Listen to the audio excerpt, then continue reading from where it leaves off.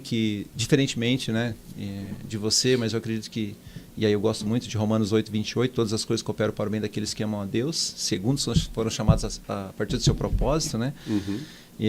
Quando isso acontece, eu me lembro bem da cena, eu decidi, eu estava naquela coisa, né, eu ainda não tinha me tornado esse homem, eu tinha casado, mas ninguém tinha me falado o que é família, o que é ser família, o que é ser um homem de família. Isso lá no seu primeiro casamento? No meu primeiro ano casamento. De, mais ou menos? 2003, Tá. 2002, 2003, né, foi o ano. 2003 foi o ano que foi o ano que eu me separei, e nesse momento eu me lembro muito bem que eu entrei em casa, né, eu chego em casa e estava aí a minha ex-esposa, e eu falei assim, olha, eu estou indo embora, né, e aí foi aquele choreiro. Você falou que ia embora? Eu falei que ia embora, okay. né, aquele choreiro todo, e aí minha filha na época tinha 3 para 4 anos, né, e aí você lembra do ciclo da autossabotagem, né, porque minha mãe se separou na mesma idade que eu tinha 3 para 4 anos, minha mãe se separou também, então um ciclo se repetindo. E eu me lembro que eu saí de casa. E eu me lembro que quando eu peguei a minha bolsa, mochila, que eu não peguei muita coisa, e saí. E quando eu estou descendo as escadas, uma voz, né, fala, né, na minha mente claramente, você tem certeza? E nesse momento, diferentemente de você, eu não tive essa percepção, não tive essa maturidade. Por isso que eu costumo dizer que hoje eu não tomo nenhuma decisão se eu não conversar com os meus pastores, com os meus mentores, com a minha mesa do conselho. E eu falei, tenho. E aí, literalmente, foi como se eu sentisse a mão do Senhor, né, saindo de cima de mim, entendeu? E aí, nesse momento, né, literalmente, aí, o inferno deitou e rolou. Então, se alguém pode falar assim, que eu comi o pão que o diabo amassou, eu comi. Né? Comi porque foi um tempo muito ruim. E dali em diante, foi que as coisas começaram a azedar para o meu lado, né? E aí, nesse tempo... eu acabo conhecendo hoje, né, a Marlene, que é minha atual esposa, e ela também vinha de um outro movimento, né, de divórcio, então eram 2 divorciados ali se juntando, mas numa ilegitimidade, né? Não foi o melhor movimento. Mas nós não tínhamos essa consciência, essa maturidade de entender o que era família, o que era um casamento. E eu me lembro que algumas das vezes, né, eu ia buscar minha filha, né, porque aí eu passo a buscar a minha filha, e ela falava assim, papai, você não vai voltar para casa? E aquilo doía meu coração. E eu me lembro que assim, e aí você, né, que é casado, você tem que entender o seguinte, que vocês têm escolha. Seus filhos não. Né, minha filha não teve escolha. Ela não teve escolha de falar, não, vocês vão ficar. Né, então, esse é o maior desafio, né, foi o maior desafio.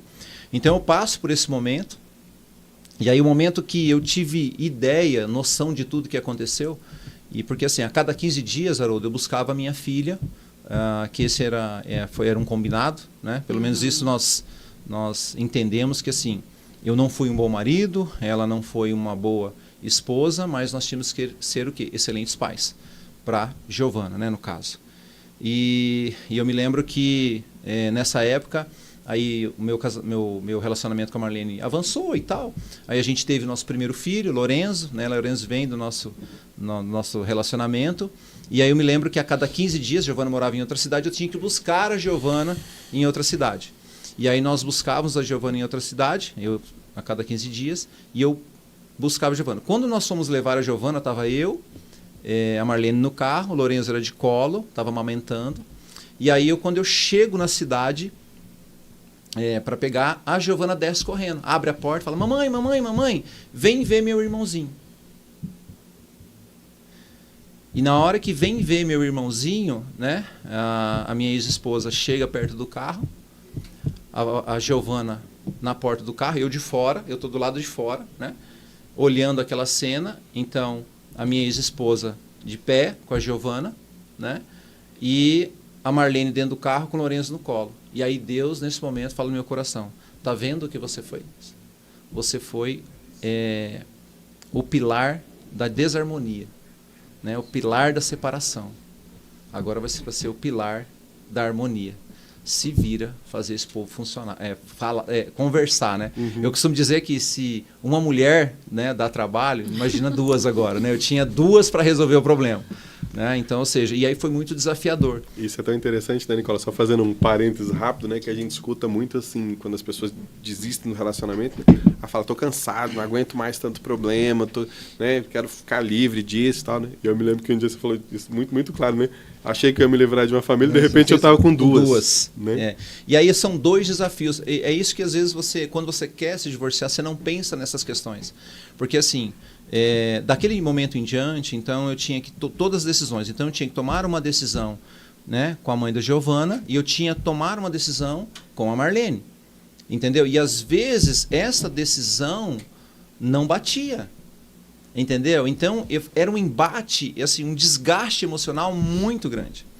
E tudo por quê? Porque uma conversa que poderia ter tido, então, né, de repente uma mentoria, né, para casais, alguém que já é maduro. Então, todos nós passamos, né, dificuldades dentro do casamento, mas ninguém me orientou. Eu não tive, assim, uma direção não recebi esse movimento. Tanto que quando eu casei, eu falei, cara... parece que colocaram uma carreta atrás de mim e falaram assim, puxa, né, cara? Começou a chegar uns boletos, começou, sabe, eu ter que cuidar, ter que trabalhar, e eu não entendia isso, e eu acreditava que, né, até uma coisa que, né, ouvi recentemente, né, essa questão de proteção, provisão e presença, eu era muito homem P só, que era o homem provisão. Eu acreditava que trabalhando, colocando dinheiro dentro de casa, pronto, estava resolvido o problema. E não, existem outras questões para solucionar. E a partir daquele momento aqui, aí eu fui entender o preço de um divórcio. Então, assim, eu não aconselho para ninguém pagar esse preço. E a partir daí, todas as decisões. Então, por exemplo, aniversário da Giovana, tinha que estar todo mundo. E aí eu tinha que lidar com a ex-mulher, com a mulher atual, com o Lorenzo que era. Aí eu tinha que ensinar a Giovana a entender que tinha a mãe do Lorenzo, que tinha o Lorenzo era irmão. Então, assim, foi um grande desafio a questão do divórcio.